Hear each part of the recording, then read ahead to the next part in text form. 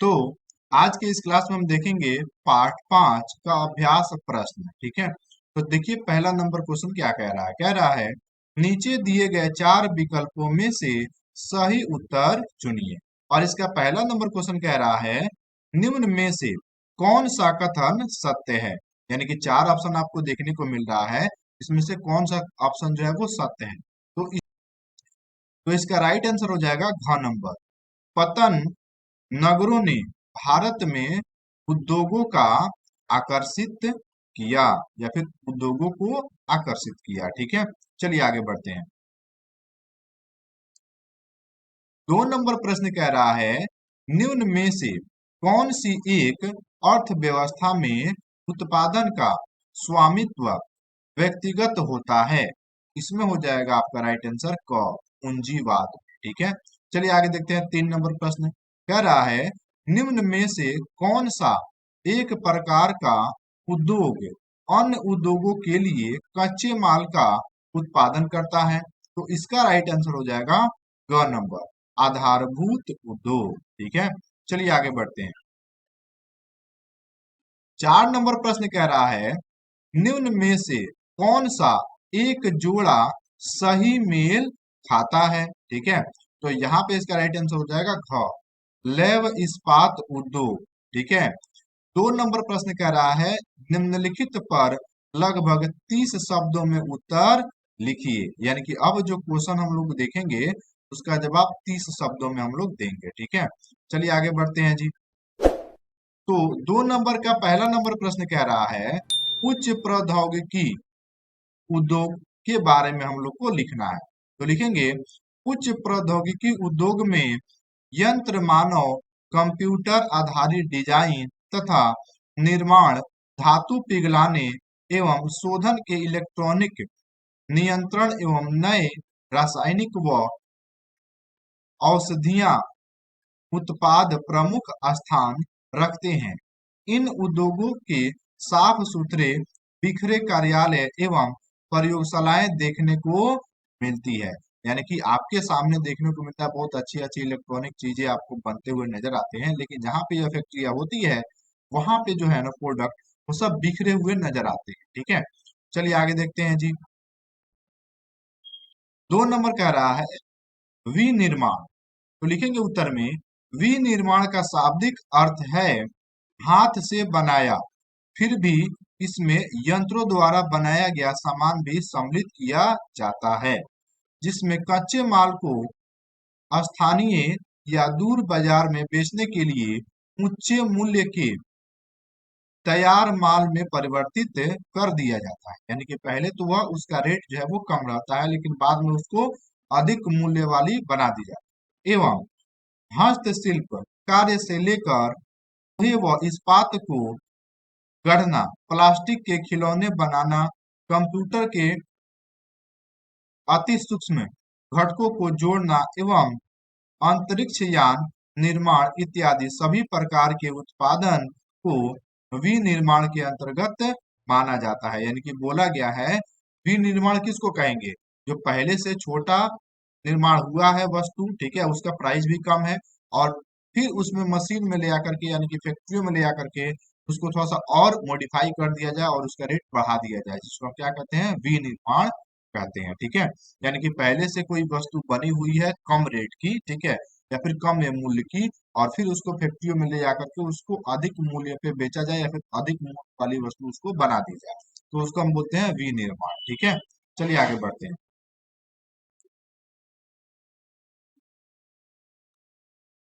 3 number question कह रहा है स्वच्छंद उद्योग। स्वच्छंद उद्योग किसको कहते हैं। तो लिखेंगे उत्तर में व्यापक विभिन्नता वाले स्थानों में स्थिर होते हैं। ये उद्योग किसी विशिष्ट कच्चे माल के भार में कमी हो रही है अथवा नहीं पर निर्भर नहीं करते हैं। ये उद्योग संघटक ऊर्जों पर निर्भर रहते हैं जो कहीं से भी प्राप्त किए जा सकते हैं। इनमें उत्पादन कम मात्रा में होता है एवं श्रमिकों की कम आवश्यकता होती है। यानी कि स्वच्छंद उद्योग किसको कहते हैं, जिसका ज्यादा उपयोग न होता हो और जो हर जगह उपलब्ध होता हो, उसको हम बोलेंगे स्वच्छंद उद्योग। ठीक है, इसमें 3 नंबर प्रश्न कह रहा है निम्न प्रश्नों का 150 शब्दों में उत्तर दीजिए, यानी कि अब जो जवाब देना है वो 150 शब्दों में देना है। इसका पहला नंबर प्रश्न कह रहा है प्राथमिक एवं द्वितीयक गतिविधियों में क्या अंतर है। तो लिखेंगे उत्तर में प्राथमिक गतिविधियां, प्राथमिक क्रियाएं प्रत्यक्ष रूप से पर्यावरण पर निर्भर है, क्योंकि ये पृथ्वी के संसाधनों जैसे भूमि, जल, वनस्पति, भवन निर्माण सामग्री एवं खनिजों के उपयोग के विषय में बतलाती है। इस प्रकार के अंतर्गत आखेट भोजन संग्रह, पशुचारण, मछली पकड़ना, वनों से लकड़ी काटना, कृषि एवं खनन कार्य आते हैं, यानी कि इसके अंतर्गत ये सब कार्य आते हैं। ठीक है, चलिए आगे बढ़ते हैं।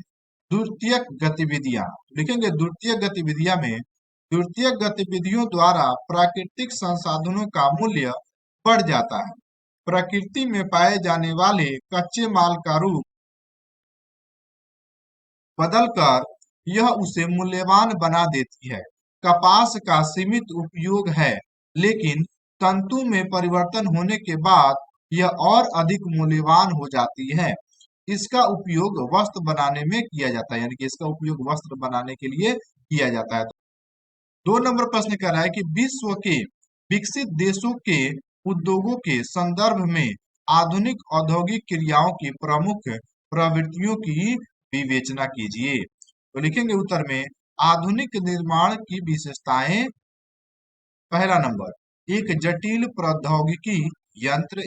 2 नंबर अत्यधिक विशिष्टीकरण एवं श्रम विभाजन के द्वारा कम प्रयास एवं अल्प लागत से अधिक माल का उत्पादन करना, यानी कि कम खर्च में ज्यादा माल को क्या करना, तैयार करना। ठीक है, आगे 3 नंबर लिखेंगे अधिक पूंजी।